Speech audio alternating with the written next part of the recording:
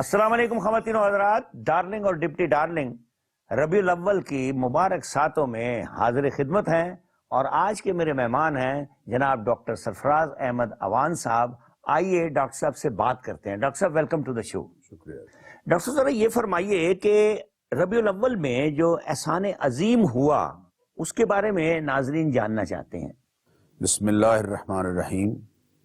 Darling محترم، میں آپ کا شکر گزار ہوں کہ آپ نے اس پروگرام میں مجھے دعوت دی، اور میرے لیے اعزاز کی بات ہے کہ آج ہم محبوب کریم علیہ الصلوۃ والتسلیمات کی ذات کریمہ کے بارے میں کچھ گفتگو کریں گے۔ یہ شرف ہے ہم سب کے لیے۔ نسل انسانی پر اللہ تعالیٰ کے بے پایاں احسانات ہیں۔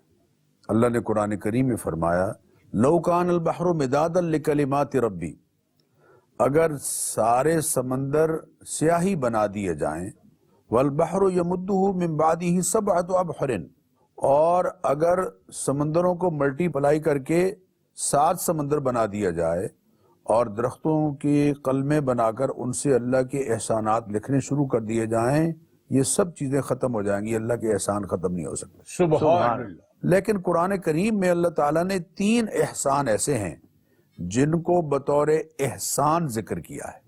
سب سے پہلے تو قرآن کریم میں آزادی کو اللہ تعالیٰ نے اپنا بڑا احسان قرار دیا۔ وَلَقَدْ مَنَنَّا عَلَى مُوسَىٰ وَهَارُونَ وَنَجَّيْنَاهُمَا وَقَوْمَهُمَا مِنَ الْكَرْبِ الْعَظِيمِ، ہم نے موسیٰ اور ہارون اور ان کی قوم پر بہت بڑا احسان کیا کہ انہیں غلامی کے کرب عظیم سے نجات عطا فرمائی۔ غلامی بہت انسانیت کے لیے ایک عار ہے، اور آزادی اللہ تعالیٰ کی بہت بڑی نعمت ہے جس کو اللہ نے بطور احسان ذکر کیا۔ دوسرا احسان جو نسل انسانی پر اللہ تعالیٰ نے بطور احسان قرآن کریم میں ذکر کیا، وہ ایمان ہے۔ اللہ فرماتے ہیں، یمنون علیک ان اسلموا قل لا تمنوا علی اسلامکم بل اللہ یمن علیکم ان ہداکم للایمان۔ اللہ تعالیٰ نے تم پر بہت بڑا احسان کیا ہے کہ تمہیں ایمان نصیب کیا ہے۔ ایمان اللہ تعالیٰ کا بہت بڑا احسان ہے۔ بے شک۔ فمن شرح اللہ صدرہ للاسلام فهو علی نور من ربہ، جس کے سینے کو ہم اسلام کے لیے کھول دیتے ہیں، اس پر ہمارا بڑا انعام ہے، اور اس ایک نور ہے اس کے رب کی طرف سے جو اس کو عطا کیا جاتا ہے۔ تیسرا احسان جس کے ذریعے سے انسانیت کو حقیقی آزادی ملی، اور جس کے ذریعے سے انسانیت کو ایمان کی دولت نصیب ہوئی، وہ آمنہ کے لال سید کائنات احمد مرسل سرور عالم صلی اللہ علیہ وسلم کی ذات کریمہ ہے، جن کے بارے میں اللہ نے قرآن کریم میں فرمایا، لقد من اللہ علی المؤمنین اذ بعث فیہم رسولا من انفسہم۔ اللہ تعالیٰ نے ایمان والوں پر بہت بڑا احسان کیا ہے کہ اپنی کائنات میں سے اعلیٰ، اشرف، اکمل، احسن ترین ہستی اس امت کو نصیب فرما دی ہے، حضور اکرم صلی اللہ علیہ وسلم کی ذات کریمہ۔ حضور اکرم صلی اللہ علیہ وسلم نہ صرف انسانوں کے لیے بلکہ اس کائنات میں موجود ہر مخلوق کے لیے، ہر شے کے لیے، شجر و حجر کے لیے اللہ کا بہت بڑا انعام اور بہت بڑا احسان ہے۔ یہ الگ بات ہے کہ ہم اس احسان کی قدر کس حد تک کر رہے ہیں۔ ڈاکٹر صاحب یہ فرماؤ، اس احسان عظیم دی اسی قدر کس طرح کر سکنے ہیں؟ اللہ تعالیٰ نے قرآن کریم میں نبی اکرم صلی اللہ علیہ وسلم کے حقوق متعین فرمائے، اور یہ بات امت کو بتائی ہے کہ اس احسان اور اس نعمت کی تم قدر کیسے کر سکتے ہو۔ جی۔ سورہ اعراف میں اللہ تعالیٰ نے فرمایا، فالذین آمنوا بہ وعزروہ ونصروہ واتبعوا النور الذی انزل معہ اولئک ھم المفلحون۔ یہ 4 کام ایسے ہیں کہ جن کے کرنے سے ہم اس نعمت کی حقیقی قدر کریں گے، اور اس احسان عظیم کا صحیح معنوں میں شکر ادا کرنے والے بنیں گے۔ سبحان۔ پہلا کیا ہے؟ فالذین آمنوا بہ، نبی اکرم صلی اللہ علیہ وسلم کی ذات کریمہ پر ایمان لائیں۔ ایمان صرف اتنا کافی نہیں ہے کہ ہم حضرت محمد صلی اللہ علیہ وسلم کو اللہ کا رسول تسلیم کر لیں، بلکہ وہ تمام حیثیات، میں اس پر ناظرین سے چاہوں گا کہ اس پر توجہ دیں، کہ وہ تمام حیثیات جو نبی اکرم صلی اللہ علیہ وسلم کی اللہ تعالیٰ نے قرآن کریم میں متعین کی ہیں، ان سب کو تسلیم کرنا، یہ ہے حضور پر ایمان لانا۔ ماشاءاللہ۔ مثلاً قرآن کریم میں اللہ تعالیٰ نے آپ کو خاتم النبیین فرمایا ہے، بے شک۔ ما کان محمد ابا احد من رجالکم ولکن رسول اللہ و خاتم النبیین، وہ سلسلہ نبوت و رسالت کو ختم کرنے والے ہیں، آپ پر اس سلسلے کی انتہا ہو گئی ہے، اب آپ کے بعد کوئی نبی اور رسول بحیثیت نبی اور رسول نہیں آئے گا۔ اسی طرح حضور اکرم صلی اللہ علیہ وسلم کو قرآن کریم میں فیصل قرار دیا گیا ہے، فلا وربک لا یؤمنون، اے حبیب آپ کے رب کی قسم ہے یہ لوگ اس وقت تک ہمارے نگاہ میں مومن نہیں ہو سکتے حتی یحکموک فیما شجر بینہم، جب تک کہ اپنے جھگڑوں میں آپ کو فیصل نہ مان لیں، ثم لا یجدوا فی انفسہم حرجا مما قضیت، اور آپ کے فیصلوں کے آ جانے کے بعد ان کے دل میں کسی طرح کی کوئی تنگی نہ ہو، وَيُسَلِّمُوا تَسْلِيمًا، اور سر تسلیم خم کرتے ہوئے آپ کے فیصلوں کو ماننے والے بنے۔ ماشاءاللہ۔ اسی طرح قرآن کریم میں آپ کو متبوع قرار دیا گیا ہے، یعنی وہ ہستی جس کی اتباع کی جائے گی۔ آپ کو مطاع قرار دیا گیا ہے، یعنی وہ ہستی جن کی اطاعت کی جائے گی۔ آپ کو قرآن کریم کا مفسر اول قرار دیا گیا ہے، یعنی وہ ہستی جو قرآن کریم کے مضامین کو اور اصولوں کو تفصیل کے ساتھ بیان کرے گی۔ اللہ نے قرآن کریم میں فرمایا وَأَنزَلْنَا إِلَيْكَ الذِّكْرَ، ہم نے آپ کی طرف قرآن اتارا ہے، لِتُبَيِّنَ لِلنَّاسِ مَا نُزِّلَ إِلَيْهِمْ، تاکہ آپ تشریح کریں اور وضاحت کریں ان احکام کی جو اصولوں کی صورت میں آئے ہیں، لیکن ان کی جزئیات کو ہم نے وحی کے ذریعے سے آپ کو سمجھا دیا ہے، آپ نسل انسانی کو اس سے آگاہ کریں۔ تو حضور اکرم صلی اللہ علیہ وسلم کی وہ تمام حیثیات جو قرآن نے متعین کی ہیں ان کو تسلیم کرنا، یہ دراصل حضور اکرم صلی اللہ علیہ وسلم پر ایمان ہے۔ ماشاءاللہ۔ اور ایمان بالرسالت کہ لا الہ الا اللہ کلمہ پڑھنے میں پہلے ہے، محمد الرسول اللہ بعد میں ہے، لیکن ایمان لانے میں محمد الرسول اللہ پہلے ہے۔ ہم وہ اللہ جس کا تعارف حضرت محمد صلی اللہ علیہ وسلم نے کرایا ہے اس کو مانتے ہیں، وہ قرآن جو حضرت محمد الرسول اللہ صلی اللہ علیہ وسلم نے بتایا ہے کہ یہ اللہ کا قرآن ہے اس کو ہم مانتے ہیں، وہ دین جس کا تعارف خود محمد الرسول اللہ صلی اللہ علیہ وسلم کی ذات کریمہ نے کرایا ہے اس کو ہم تسلیم کرتے ہیں۔ ماشاءاللہ۔ پہلی چیز ایمان ہے، فالذین آمنوا بہ وعزروہ، اور آپ کا ادب و احترام کرنے والے بنے، آپ کی عزت اور آپ کی حرمت کا لحاظ کرنے والے بنے، آپ کو ساری کائنات سے، اولاد سے، ماں باپ سے زیادہ آپ کی ذات کریمہ کے ساتھ محبت کرنے والے بنے، اور آپ کے ساتھ نسبت رکھنے والی ہر چیز کا ادب و احترام کرنے والے بنے۔ حضور اکرم صلی اللہ علیہ وسلم مجلس میں تشریف فرما ہیں، سامنے صحابہ بیٹھے ہوئے ہیں، چٹائی بچھی ہوئی ہے، لوگ آ رہے ہیں، اس چٹائی پر بیٹھتے چلے جا رہے ہیں، چٹائی لوگوں سے بھر گئی۔ ایک اور صحابی آئے اور انہوں نے دیکھا کہ چٹائی میں تو جگہ نہیں ہے، تو مٹی والی جگہ پر جب بیٹھنے لگے تو حضور اکرم صلی اللہ علیہ وسلم نے اپنے کندھے مبارک سے اپنی کملی اتار کے یوں لپیٹ کے ان کی طرف پھینکی اور فرمایا اسے نیچے بچھاؤ، مٹی پر نہ بیٹھ جانا کہیں، اسے نیچے بچھاؤ اور اس پر بیٹھ جاؤ۔ انہوں نے اس چٹائی کو نیچے نہیں لگنے دیا، ہاتھوں میں لیا اور چوم کے اس کو سر پہ رکھ کے کہا سبحان اللہ۔ کہ حضور یہ نیچے بچھانے کے نہیں، یہ تو تاج بنانے کے لائق ہے۔ وَعَزَّرُوهُ، آپ کا ادب و احترام کرنے والے ہوں۔ آپ کی ازواج مطہرات کے بارے میں اللہ نے قرآن کریم میں فرمایا النبی اولا بالمؤمنین من انفسہم وازواجہ امہاتہم، اللہ کے نبی تمہیں تمہاری جانوں سے بھی زیادہ عزیز ہیں اور ان کی ازواج مطہرات تمہاری مائیں ہیں۔ آپ کی آل، آپ کے اہل بیت، آپ کی ازواج، آپ کے صحابہ، آپ کے ساتھ نسبت رکھنے والی ہر چیز کا ادب و احترام کرنے والے ہو۔ اور تیسری چیز وَنَصَرُوهُ، آپ کی نصرت کرنے والے ہوں، آپ کے دین کے غلبے اور آپ کے دین کی اشاعت کے لیے کوشاں ہوں۔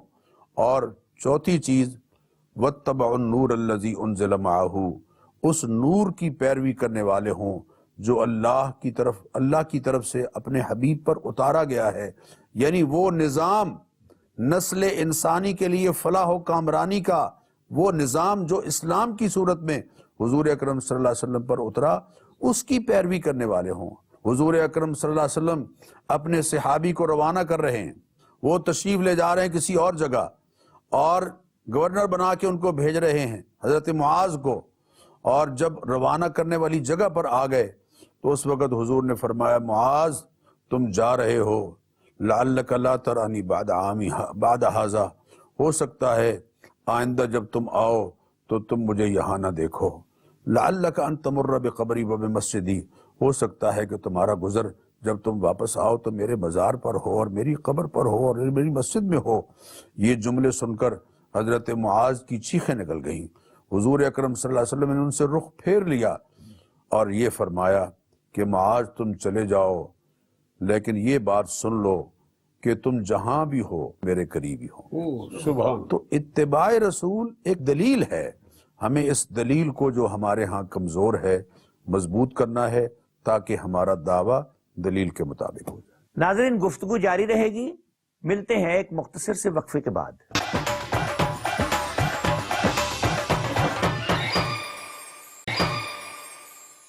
ڈاکٹر صاحب ذرا یہ فرمائیے کہ نبی پاک صلی اللہ علیہ وسلم کی تعلیمات جو ہیں وہ ہمیں کیا سبق دیتی ہیں؟ نبی اکرم صلی اللہ علیہ وسلم کی تعلیمات کا احاطہ بہت وسیع ہے، بچپن سے لے کے جوانی تک، جوانی سے لے کے ادھیڑ عمر تک، اور ادھیڑ عمر سے لے کے بڑھاپے تک، ایک فرد کے لیے، ایک قوم کے لیے، نسل انسانی کے لیے آپ کی تعلیمات بہت وسیع ہیں۔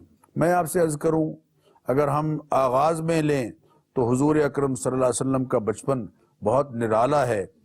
آپ بچپن میں بھی انصاف کرنے والے تھے۔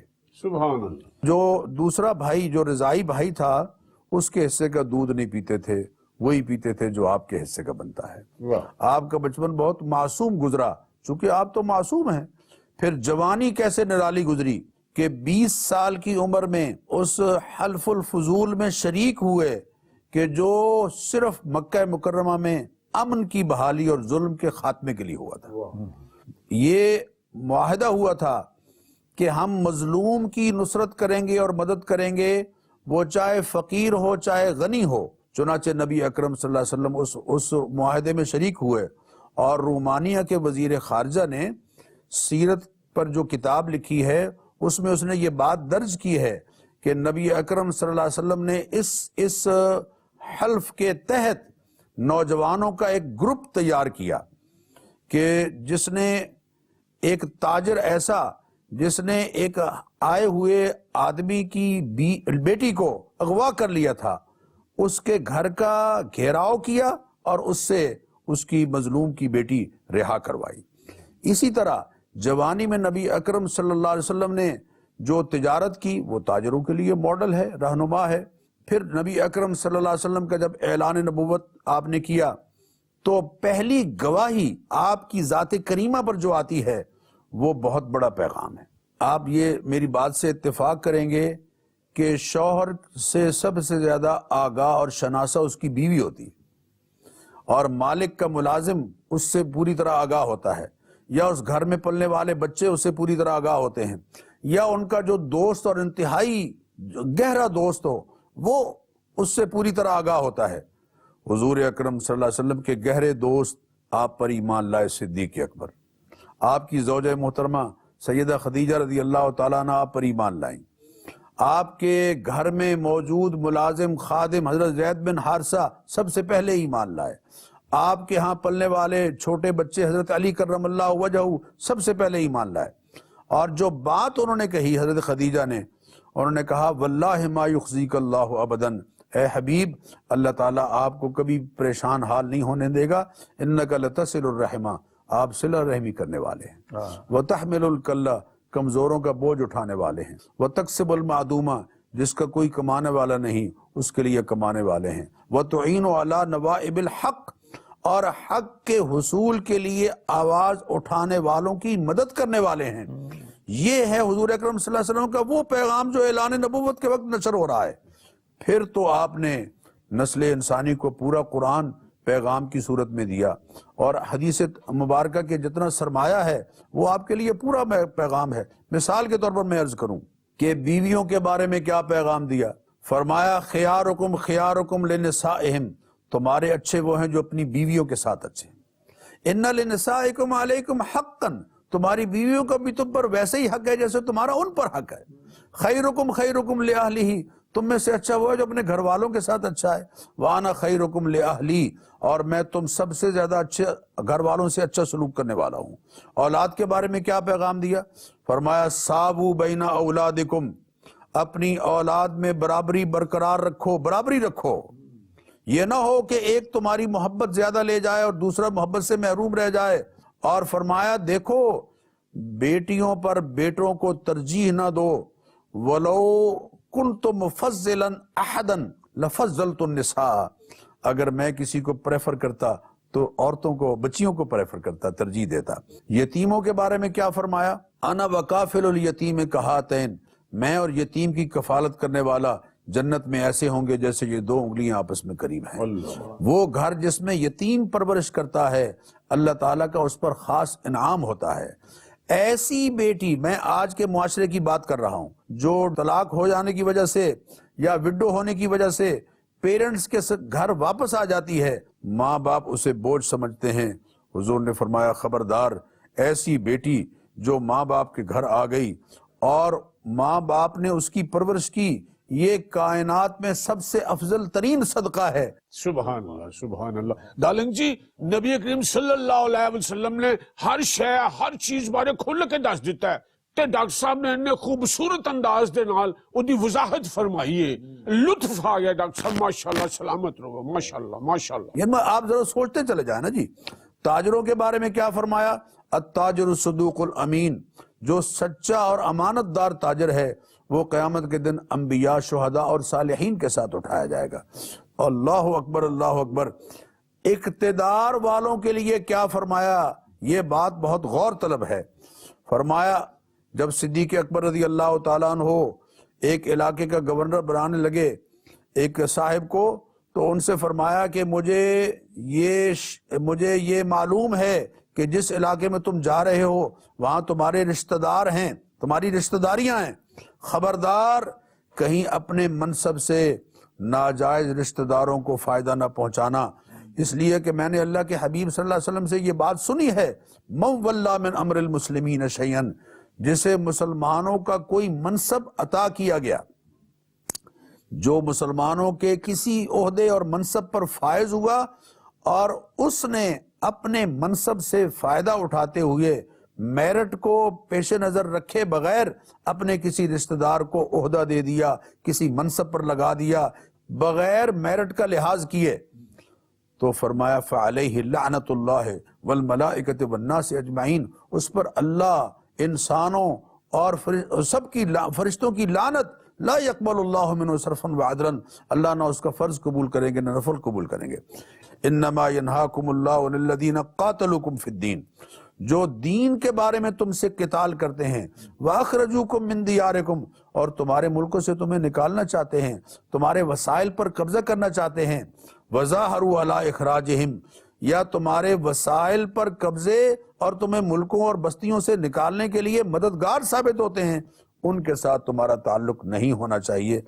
لا تتخذوا اليہود والنصارى اولیاء، ایسے یہود و نصارہ کو اپنا دوست نہ بنانا، بعضهم اولیاء بعض، وہ آپس میں ایک دوسرے کے دوست ہیں۔ اور یہاں امت کو ایک درس دیا، فرمایا والذین کفروا، جو کافر ہیں، بعضهم اولیاء بعض، وہ آپس میں ایک دوسرے کے دوست ہیں، الا تفعلوہ، اگر تم یہ نہیں کرو گے، پوری مسلم امہ آپس میں ایک دوسرے کی خیر خواہ اور ہمدرد نہیں ہوگی اور امت پناہ تمہارے اندر نہیں آئے گا، تکن فتنۃ فی الارض وفساد کبیر، تو زمین میں بڑا فتنہ پھیلے گا اور فساد کبیر پھیلے گا۔ فرمایا مثل المؤمنین فی توادہم وتراحمہم وتعاطفہم کمثل الجسد، دنیا بھر کے جو مسلمان ہیں آپس میں محبت، ایک دوسرے کے ساتھ شفقت اور ایک دوسرے پر مہربان ہونے کے لحاظ سے ایک جسم کی طرح ہے۔ اذا اشتکا منہ عضو، اگر جسم کے کسی ایک عضو میں کوئی تکلیف ہو جائے، تداعی لہ سائر الجسد بالسہر والحمى، تو سارے کا سارا جسم درد میں اور بخار میں مبتلا ہو جاتا ہے۔ امت کا یہ تصور حضور اکرم صلی اللہ علیہ وسلم نے نسل انسانی کو دیا، یہ بہت بڑی تعلیم۔ ماشاءاللہ۔ سب سے آخری پیغام جو اللہ کے حبیب جب دنیا سے پردہ کر رہے ہیں، سب سے آخری پیغام، آپ کی زبان مبارک کے الفاظ بہت باریکی، بہت ہلکے سنائی دے رہے ہیں، بہت ہلکے سنائی دے رہے ہیں۔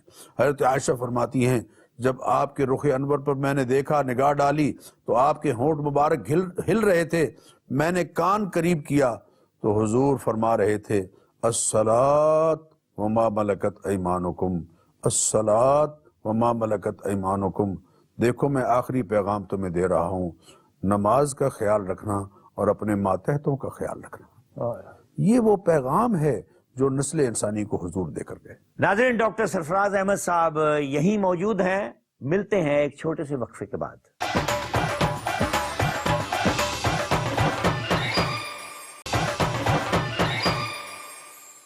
ڈاکٹر صاحب ذرا یہ بھی فرما دیو، اے جڑا اسی جشن منانے ہیں 12 وفات تے، اے ٹول ٹمکے جلوس نکل دینے، لائٹاں بتیاں بل جاندی ہر پاسے، ناچا ٹاپا اے چنگی گل ہے کوئی؟ دیکھیں جی، میں آپ سے عرض کروں کہ حضور اکرم صلی اللہ علیہ وسلم کی تشریف آوری کی خوشی، وہ یقینی بات ہے ہمارے لیے ساری کائنات کی خوشیوں پر غالب ہے۔ حضور اکرم صلی اللہ علیہ وسلم سال میں ہر جمعرات اور پیر کے دن روزہ رکھا کرتے تھے۔ صحابہ نے کہا یا رسول اللہ آپ روزہ رکھتے ہیں پیر کے دن؟ آپ نے فرمایا اس دن میں پیدا ہوا ہوں اور اس دن اللہ تعالیٰ کے ہاں مجھ پر انعام ہوا ہے، اس انعام کی خوشی میں میں روزہ رکھتا ہوں۔ تو خوشی یہ ہے کہ سارا سال ہر پیر کے روز ہم روزہ رکھیں، تب ہم حضور اکرم صلی اللہ علیہ وسلم کی اتباع میں ایک طرح سے خوشی منا رہے ہیں۔ لیکن جو کچھ ہم کر رہے ہیں اس کا خوشی کے ساتھ کوئی تعلق نہیں۔ علماء کے جتنے طبقات اور سکول آف تھاٹس ہیں وہ اس ناچ گانا جو ہم کر رہے ہیں ربیع الاول کے موقع پر، 12 ربیع الاول کی تاریخ میں جو ڈانس ہوتا ہے، گانے لگائے جاتے ہیں، یہ سارے کام امت کے جتنے علماء ہیں وہ اس کی تصدیق اور تائید نہیں کرتے۔ جی، ہمیں خوشی منانے کے دوران ان باتوں کا بہرحال خیال رکھنا ہے جن سے اللہ کے حبیب نے روکا ہے۔ حضور اکرم صلی اللہ علیہ وسلم کی ذات کریمہ ان تمام چیزوں سے بالا تر ہے، اور آپ کی خوشی میں کوئی ایسا کام کرنا جو حضور کی تعلیمات کے خلاف ہو، یہ یقیناً اللہ اور اس کے حبیب کے ہاں ناپسندیدہ ہے اور حضور کے قرب کا بھی ذریعہ نہیں بنے گا۔ ہمیں درود شریف پڑھنا چاہیے کثرت کے ساتھ، ہمیں عہد کرنا چاہیے کہ آئندہ زندگی حضور کی اتباع میں گزاریں گے، ہمیں آپ کی ولادت با سعادت کا تذکرہ کرنا چاہیے، آپ کی دنیا میں تشریف آوری کا ذکر کرنا چاہیے، آپ کی سیرت مطہرہ کا ذکر کرنا چاہیے، اور آئندہ یہ عہد کرنا چاہیے کہ ہم خود اور ہماری نسلیں حضور کی پیروی میں زندگی گزاریں گے۔ یہ ہے اصل خوشی جو ہمیں دین سے سمجھ آتی۔ خواتین و حضرات، آئیے سنتے ہیں نعت رسول مقبول صلی اللہ علیہ وآلہ وسلم۔ اللہم صلی علی سیدنا و مولانا محمد، اللہم صلی علی سیدنا و مولانا محمد۔ ساتھیو آؤ سب مدینے چلیں، کھوٹے سکے جہاں پہ چلتے ہیں۔ ساتھیو آؤ سب مدینے چلیں، کھوٹے سکے جہاں پہ چلتے ہیں۔ یہ کرم ہے حضور کا ورنہ کھوٹے سکے کہاں پہ چلتے ہیں۔ روک لیتی ہے آپ کی نسبت، تیر جتنے بھی ہم ہم پہ چلتے ہیں، اب ہمیں کیا کوئی گرائے گا، ایک سہارا گلے لگائے گا۔ اللہم صل علی سیدنا و مولانا محمد، اللہم صل علی سیدنا و مولانا محمد۔ ہم نے خود کو گرا لیا ہے وہاں، گرنے والے جہاں سنبھلتے ہیں، اپنی اوقات صرف اتنی ہے، کچھ نہیں بات صرف اتنی ہے، کل بھی ٹکڑوں پہ ان کے پلتے تھے، اب بھی ٹکڑوں پہ ان کے پلتے ہیں۔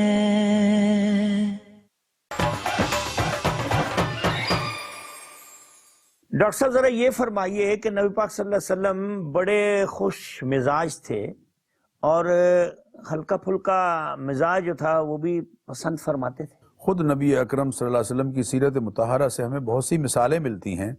ایک تو یہ کہ آپ یہ بات محسوس کیجئے کہ ہر وقت چہرے پر یبوست طاری کیے رکھنا اور ہر وقت چہرے کو بہت سنجیدہ اور متین بنائے رکھنا، یعنی یہ کوئی ایسا قرب الہی کا کوئی بنیاد نہیں ہے۔ ہمیں حضور اکرم صلی اللہ علیہ وسلم کی سیرت طیبہ سے یہ بات سمجھ آتی ہے کہ کانا اکثر تبسمن، حضور اکرم صلی اللہ علیہ وسلم مسکرانے کے لحاظ سے سب سے زیادہ مسکرانے والے تھے۔ ماشاءاللہ۔ ہاں، اور خود فرمایا کہ ان تلقا اخاک بوجہ طلق، تو اگر اپنے بھائی کو کھلے چہرے کے ساتھ ملے تو یہ بھی ایک صدقہ ہے۔ سبحان آپ صلی اللہ علیہ وسلم کبھی کبھی مزاح بھی فرما لیا کرتے تھے۔ مثلا ایک خاتون آئیں گھر میں حضرت عائشہ صدیقہ رضی اللہ تعالی عنہ کے پاس، تو جب حضور اکرم صلی اللہ علیہ وسلم نماز کے لیے جانے لگے تو آپ نے فرمایا کہ ان کو بتا دو کہ بوڑھیاں جنت میں نہیں جائیں گی۔ اب وہ بیچاری بوڑھی عورت پریشان اور رو رہی ہے۔ نماز پڑھ کے جب آپ واپس تشریف لائے تو مسکراتے ہوئے داخل ہوئے اور فرمایا کہ جتنی بوڑھیاں ہیں یہ سب قیامت کے دن جوان ہوں گی۔ سبحان اللہ۔ ایک صحابی نے عرض کیا یا رسول اللہ مجھے سواری کے لیے اونٹنی دیجئے یا اونٹ دیجئے، تو آپ نے فرمایا کہ نہیں بھائی، ہم تو اونٹنی کا بچہ تمہیں دیں گے۔ میں نے کہا یا رسول اللہ اونٹنی کا بچہ سواری کے لیے؟ فرمایا جو اونٹ ہوتا ہے وہ بھی اونٹنی کا بچہ ہوتا ہے۔ جی، آپ کی مجلس میں ہنسی مزاح کا ایسا ماحول کہ جس میں کسی پر طنز نہ ہو، کسی پر طنز نہ ہو، یہ تھا۔ سیدنا علی کرم اللہ وجہہ تشریف فرما ہیں، کھجوریں سامنے رکھی ہوئی ہیں، کھجوریں حضور اکرم صلی اللہ علیہ وسلم بھی کھا رہے ہیں، وہ بھی کھانے لگے، تو آپ نے فرمایا کہ علی تمہاری آنکھ دکھتی ہے تو کھجوریں مت کھاؤ۔ تو انہوں نے کہا یا رسول اللہ جو آنکھ میری دکھتی ہے میں ادھر سے نہیں کھا رہا، دوسری آنکھ سے کھا رہا ہوں۔ تو اس طرح کی بہت سی مثالیں نبی اکرم صلی اللہ علیہ وسلم کی حیات طیبہ میں اور سیرت طیبہ میں موجود ہیں کہ جب آپ اپنے رفقاء سمیت کوئی ہلکی پھلکی ایسی ہنسی مزاح کی بات یقیناً کیا کرتے تھے، لیکن آپ نے قہقہا نہیں مارا، قہقہا نہیں مارتے تھے، مسکراتے تھے۔ ہاں بعض دفعہ ایسا ہوا کہ جب بے ساختہ آپ کا قہقہ بھی نکل گیا، ایسا ہو جاتا تھا بعض دفعہ۔ لیکن حضور اکرم صلی اللہ علیہ وسلم نے ہمیں جو تعلیم دی ہے وہ تعلیم یہی ہے کہ ہم اپنے بھائیوں کے ساتھ، اپنے رفقا کے ساتھ، اپنے گھر والیوں کے ساتھ، اپنے بچوں کے ساتھ ہنسی مذاق کی بات کر لیا کریں۔ ایک صاحب چھوٹے بچے، انہوں نے ایک پرندہ پالا ہوا تھا اور وہ بڑا اس کو کھلاتے پلاتے رہتے تھے۔ حضور اکرم صلی اللہ علیہ وسلم ان سے پوچھتے رہتے تھے۔ جب وہ پرندہ ان کا مر گیا تو آپ صلی اللہ علیہ وسلم پاس سے گزرے تو فرمایا، ان کا نام لے کے کہا، ابا عمیر ما فعل النغیر، بھئی تمہارے پرندے کا کیا ہوا ہے، کیا ہوا ہے، کدھر چلا گیا، کیوں اداس؟ یعنی ان کی اداسی کو ختم کرنے کے لیے آپ صلی اللہ علیہ وسلم نے اس طرح کا۔ اور اسی طرح عصر کی نماز کے بعد تمام ازواج مطہرات کو ایک اہلیہ کے گھر میں جمع کر کے ان سے شام تک مناسب انداز میں خوش گپیاں کر لیتے تھے۔ یہ اور صحابہ بھی آپس میں بعض دفعہ لوٹ پوٹ ہو جاتے تھے، ہاں جی، لیکن ہر ایسا مزاح کہ جس میں کسی کی تضحیک ہو رہی ہو اور کسی پر طنز ہو رہا ہو، اس سے اللہ کے حبیب نے روکا ہے۔ ڈاکٹر صاحب آپ کی تشریف آوری کا بہت شکریہ، آپ نے میرے شو میں شریک ہو کے ڈارلنگ کی اور ڈپٹی ڈارلنگ کی بڑی عزت افزائی کی۔ میں بھی آپ کا شکر گزار ہوں کہ آپ نے مجھے ایسے پاکیزہ موضوع پر گفتگو کا موقع دیا۔ اللہ آپ کو جزائے خیر دے۔ ناظرین سنتے ہیں نعت رسول مقبول صلی اللہ علیہ وسلم۔